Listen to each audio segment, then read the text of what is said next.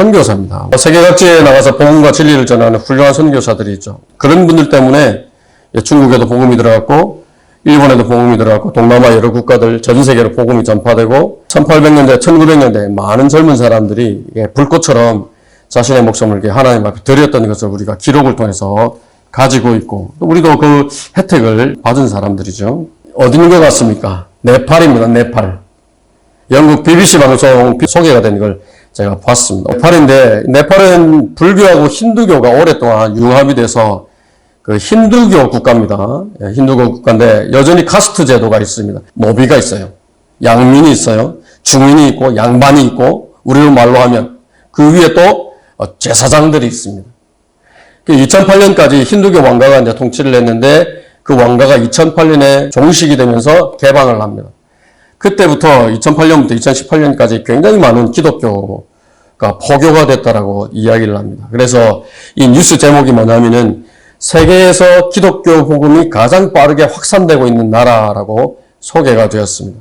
마치 산불처럼 번지고 있다라고 2달 전에 이게 방송이 나왔었습니다. 근데 그 배후에는 누가 있냐면 한국 선교사들이 있습니다. 오른쪽에 두 사람 보이시죠? 이 이제 부부입니다. 한국 선교사 부부입니다. 네팔에서는 이게 개종금지법이라고 하는 것이 있습니다. 사람들 표현대로라면은 다른 사람을 개종을 시키면 내 종교로 개종을 시키면 복음을 전한다든지 세례를 준다든지 그러면은 징역을 사는데 5년 징역을 살게 되어 있습니다. 현행 법입니다. 어떻게 했어요? 긴장이 되겠죠. 늘 이제 불안감 또 긴장하면서 이렇게 살고 있습니다. 이 부부도 이제 네팔에서 활동을 한 지가 20년 정도 이제 됐는데 이 산간마을 네팔은 이렇게 논이 막 우리처럼 넓은 것보다는 층층이 이렇게 돼 있지 않습니까? 산을 깎아가지고 그래서 산간마을들에 저런 교회를 세웠는데 이 사람들 이 부부가 20년 동안 세운 교회가 70개 정도랍니다.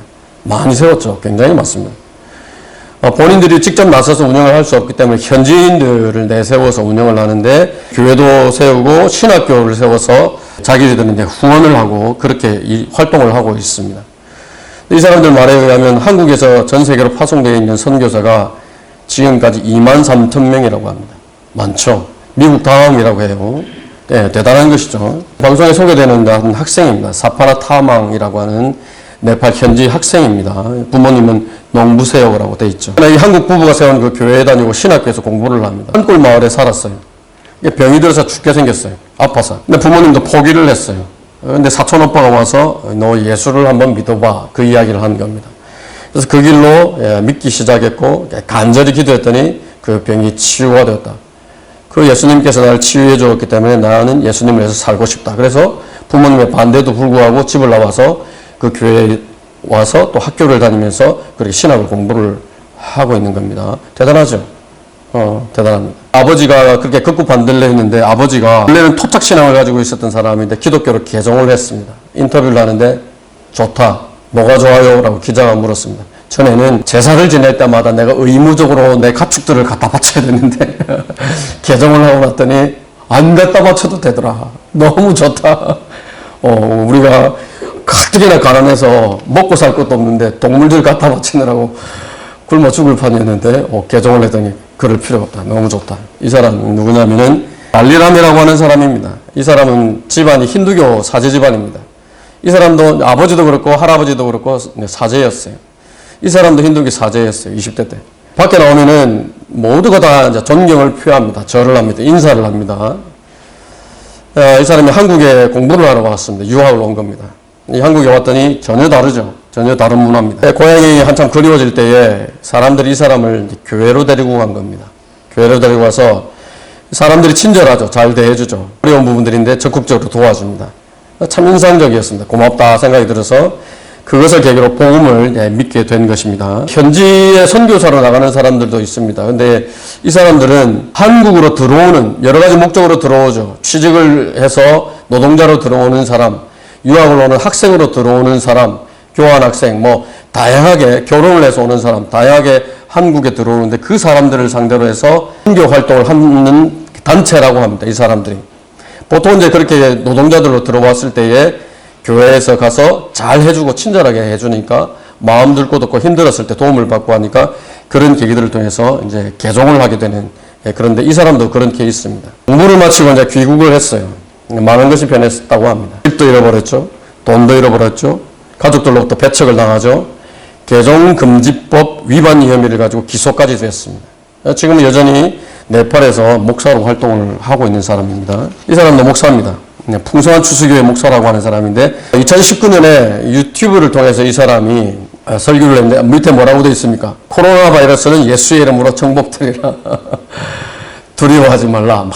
많이 은사주의자들이 하는 것처럼 그런 설교를 한 겁니다. 그 때문에 금지법 위반 혐의가 적용이 돼서 체포가 되고 30일 구금됐다가 2년 정도 징역을 살았습니다. 지금도 같은 혐의로 또 다른 것으로 기소가 돼서 재판을 받고 있는 중이라고 합니다. 두렵지 않다. 어차피 주님의 제자들도 그렇게 박해를 받았기 때문에 내가 체포가 되고 감옥에 가는 거 내가 전혀 두려워하지 않는다. 지속적으로 내가 해오던 일을 할 것이다 라고 이야기를 합니다. 기독교가 확산되고 있는 이것이 산불처럼 번진다고 했는데 얼마나 이것이 이제 이 사람들에게 위협적인가 하면은 이 사람이 누구냐면 카말 타파라고 하는 네팔 전 부총리입니다. 근데 이 사람이 너무 우리 국가가 무너진다. 이 네팔이라고 하는 국가의 근화적인 정체성 또 통합되어 있는 국가 체계가 전복이 돼가고 있다. 그래서 이 사람이 힌두교 정치인들과 로비 활동을 해서 만든 법이 개종금지법이라고 하는 법이고 위반을 하면 5년 동안 구금돼서 징역을 살도록 사람이 만들어 놓은 겁니다. 하는 말이 뭐냐면은 이 사람도 그렇고 그 인터뷰에 나왔던 일반 시민도 그렇고 지금까지는 참아왔다. 지금까지는 참아왔는데 앞으로는 가만히 있지는 않을 것이다. 국민들이 분노하고 있다. 반드시 대가를 치르게 하겠다. 그렇게 이 사람이 이제 공언을 지금 하고 있고 준비를 하고 있다라고 이야기를 하는 것입니다. 지금까지 내용으로 봐서는 어떻습니까? 우리가 성경에서 사도 바울의 기록을 보았던 것처럼 예수 그리스도의 이름으로 또 복음을 전하기 위해서 선교 활동을 하면서 박해를 당하는 그런 모습인 것 같습니다. 높이 살만하죠. 근데 이 방송에서 소개된 이 사람들 집회하는 모습이라든지 하는 말들이라든지 소위 사역이라고 하는 것이 어떤 것과 관계가 있냐면 한국에서 하고 있는 그 경배와 찬양, 은사주의 교회들에서 하고 있는 통성기도, 기적, 능력, 신유, 축사 이런 것들을 이 사람들이 나와서 하는 겁니다. 안타깝게도 우리가 전에 그 복음에 대해서라든지 지옥에 대해서라든지 죄사함이라든지 예수 그리스도의 보혈에 대해서는 45분짜리 방송을 들으면서 한 번도 들어보지 못했습니다. 예수 그리스도의 이름으로 뭔가를 하죠. 정부로부터 박해를 당하죠. 박해를 받아들이죠. 아까 그 여학생은 사팔타마랄인가 하는 그 여학생은 주님을 위해서 살겠다라고 헌신도 하죠. 교회 다니는 사람이라면 누구나 다 인정하고 점수를 주지 않겠습니까? 그죠? 근데 그것이 과연 하나님의 말씀에 부합되는 것인가? 그것이 성경적인가? 전혀 따지지 않는 것입니다. 예수님께서 사역하시는 동안에 늘 강조하시는 것이 뭐예요? 누구든지 내 말을 지키면, 내가 내 말에 과하면 찾아보지를 않는 겁니다. 이런 것들을 하고 있는 거예요. 저 사람이 지금 머리에다 손을 얹고 기도를 하는데 몸을 팍 떼면서 확 뒤로 넘어가서 바닥에서도 막 벌벌 떨고 그러는 거예요. 그런 것을 하는데 목숨을 내놓고 있는 겁니다.